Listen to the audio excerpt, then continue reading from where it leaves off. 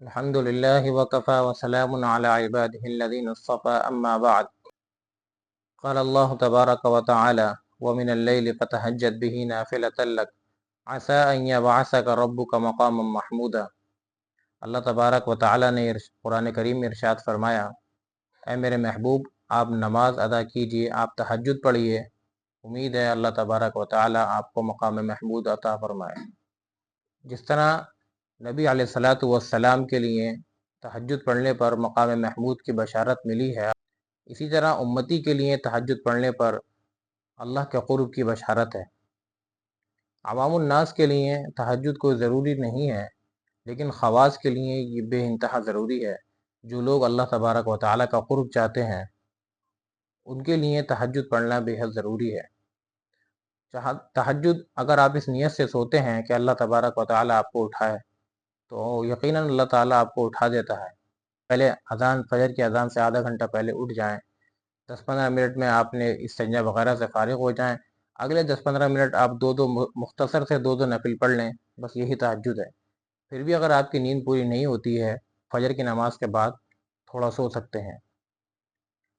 تہجد میں رکاوٹ دو چیزوں کی وجہ سے آتی ہے۔ پہلی چیز ہے بد نظری، اور دوسری چیز ہے بازاروں کے ایسے کھانے کھانا جس کے اندر حلال اور حرام کی تمیز نہ ہو۔ ان دو چیزوں کی وجہ سے اللہ تبارک و تعالیٰ تہجد سے محروم کر دیتا ہے۔ ہم میں سے ہر شخص کو چاہیے کہ اپنی نظر کی بھی احتیاط کریں اور بازار کے ایسے مشکوک کھانوں سے بھی بچیں جس کے اندر حلال و حرام کی تمیز نہ ہو۔ حضرت جنید بغدادی رحمۃ اللہ علیہ فرمایا کرتے تھے کہ ساری کشف و کرامت تو اٹھ گئیں، بس آخری وقت کے چند نفل کام آ گئے۔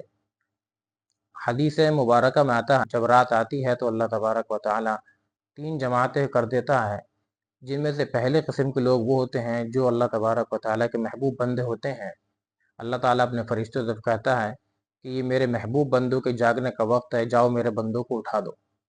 فرشتے آتے ہیں اور اپنا پر مار کر ان کو اٹھا دیتے ہیں اور بندے کی خود بخود آنکھ کھل جاتی ہے۔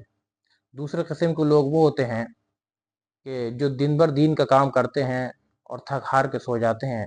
اللہ تبارک و تعالیٰ فرشتوں سے کہتا ہے کہ یہ بھی میرے محبوب بندے ہیں اور میرے محبوب بندوں کے جاگنے کا وقت ہے، جاؤ ان کی جا کر کروٹ بدل دو۔ فرشتے آتے ہیں اور ان کی کروٹ کو تبدیل کر دیتے ہیں۔ اللہ تعالیٰ فرماتا ہے ان کا جی چاہے گا تو یہ اٹھ جائیں گے اور میرے سامنے کھڑے ہو کر تہجد ادا کریں گے، اور جی چاہے گا تو سو جائیں گے۔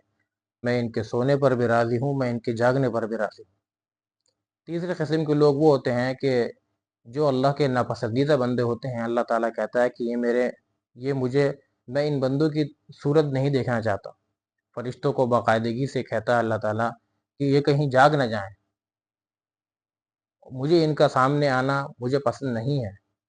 لہذا اگر ہماری تہجد قضا ہوتی ہے یا ہماری تہجد چھوٹتی ہے تو اللہ تبارک و تعالیٰ کی نظر میں ہم ناپسندیدہ اور اللہ کے نہ چاہنے والے بندوں میں شمار ہو جاتے ہیں۔ تو معزز ناظرین، ہم سب کو کوشش کرنی چاہیے کہ اللہ تبارک و تعالیٰ کا قرب حاصل کریں تہجد پڑھ کر، اور اللہ کے محبوب ترین بندوں میں شامل ہو جائیں۔ اللہ تبارک و تعالیٰ مجھے بھی باقاعدگی سے تہجد پڑھنے کی توفیق عطا فرمائے۔ جتنے بھی ناظرین، دیکھنے والے، سامعین، سننے والے حضرات ہیں، ان سب کو اللہ تبارک و تعالیٰ تہجد کی توفیق عطا فرمائے۔ اللہ تعالیٰ اپنے فضل و کرم سے ہمارے گناہوں کو معاف فرمائے۔